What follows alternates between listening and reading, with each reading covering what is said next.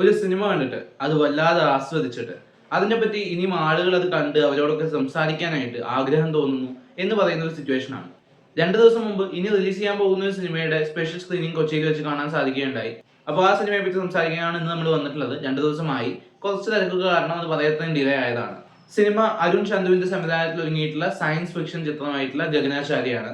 അനാർക്കലി മരിക്കാർ, ഗോകുൽ സുരേഷ്, അജു വർഗീസ്, ഗണേഷ് കുമാർ എന്നിവരാണ് പ്രധാന വേഷങ്ങൾ കൈകാര്യം ചെയ്തിട്ടുള്ളത്. സിനിമയിലേക്ക് വരികയാണെങ്കിൽ ഒരു പോസ്റ്റ് അപ്പോക്കലിപ്റ്റിക് കേരളമാണ് സിനിമയുടെ പശ്ചാത്തലം. 2043 കേരളത്തിലെ പ്രശ്നങ്ങളും അന്നത്തെ ഇപ്പോഴത്തെ കാര്യങ്ങൾ തമ്മിലുള്ള വൈരുദ്ധ്യങ്ങളും അതിന്റെ കൺഫ്യൂഷൻസും തമാശകളും ഒക്കെയാണ് സിനിമയുടെ പ്രധാന ആകർഷണമായിട്ട് എനിക്ക് ഫീൽ ചെയ്തത്.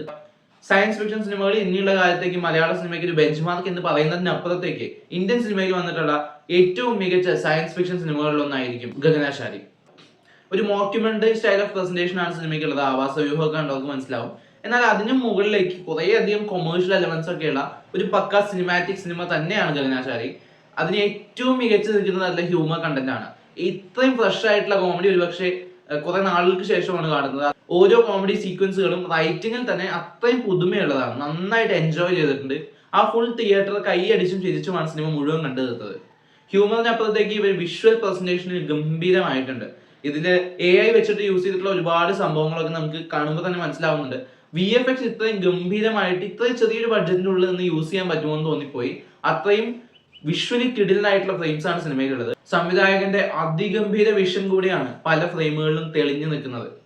അഭിനേതാക്കളുടെ പ്രകടനത്തിലേക്ക് വരുമ്പോൾ എല്ലാവരും നന്നായിരുന്നെങ്കിലും എനിക്ക് ആദ്യം എടുത്ത് പറയാൻ തോന്നിയിട്ടുള്ളത് ഗണേഷ് കുമാറിനെ പറ്റിയാണ്.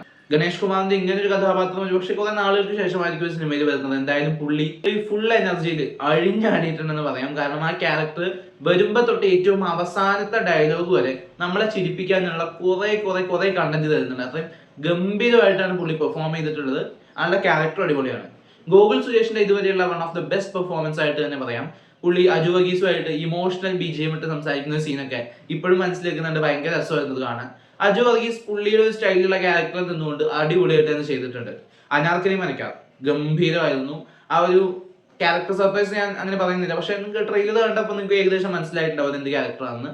എന്തായാലും ആ ഒരു ക്യാരക്ടർ പിടിച്ച് ആദ്യ അവസാനം പക്കയായിട്ട് ചെയ്തിട്ടുണ്ട്. പിന്നെ നമ്മുടെ അപ്പൂപ്പൻ ബോയ്സിൽ അനന്തരാമനൊക്കെ സിനിമയിലുണ്ട്. അങ്ങനെ കുറച്ച് ആക്ടേഴ്സ് ചില സീൻസുകളിലൊക്കെ വന്നു പോകുന്നുണ്ട്. എന്തായാലും എല്ലാവരും നന്നായിട്ട് ചെയ്തിട്ടുണ്ട്. സിനിമയിലെ ആക്ടേഴ്സിന്റെ ഒക്കെ പെർഫോമൻസ് നൈസ് ആയിരുന്നു. മ്യൂസിക് ഡിപ്പാർട്ട്മെന്റും അടിപൊളിയായിട്ടാണ് തോന്നിയത്. ഇതിലെ പാട്ടുകളൊന്നും റിലീസ് ചെയ്തിട്ടില്ല. റിലീസ് ചെയ്താൽ കുറെ തവണ കേൾക്കാൻ ആഗ്രഹം തോന്നുന്ന നല്ല സോങ്സ് ആണ് സിനിമയിലുള്ളത്. പശ്ചാത്തല സംഗീതവും ഗംഭീരമായിരുന്നു. മലയാള സിനിമയിലെ അത്ഭുതകരമായ ഒരു മാറ്റം എന്നാണ് ഈ സിനിമയെ ഞാൻ വിശേഷിപ്പിക്കാൻ ആഗ്രഹിക്കുന്നത്. ഈ സിനിമ തിയേറ്ററുകളിൽ എത്തി ഒരുപാട് ആളുകളിലേക്ക് എത്തി. ഇത് വലിയ രീതിയിൽ ആഘോഷിക്കപ്പെടുന്നത് കാണാൻ ഞാൻ ഇപ്പൊ ആഗ്രഹിക്കുന്നു. വീണ്ടും ഈ സിനിമ തിയേറ്ററിൽ ഒരു വലിയ ക്രൗഡിനൊപ്പം കാണാനും ഒരുപാട് ചിരിച്ച് ആസ്വദിച്ച് കൈയടിച്ച് കണ്ടു തീർക്കാനും ആഗ്രഹിക്കുന്നുണ്ട്.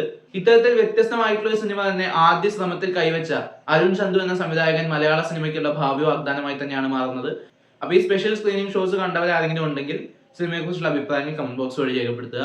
ഈ വീഡിയോ നിങ്ങൾക്ക് ഇഷ്ടപ്പെട്ടെങ്കിൽ ചാനൽ സബ്സ്ക്രൈബ് ചെയ്യുക, വീഡിയോ ലൈക്ക് ചെയ്യുക, സപ്പോർട്ട് ചെയ്യുക. നമുക്കിനി മറ്റൊരു വീഡിയോയിൽ വീണ്ടും കാണാം. ബൈ.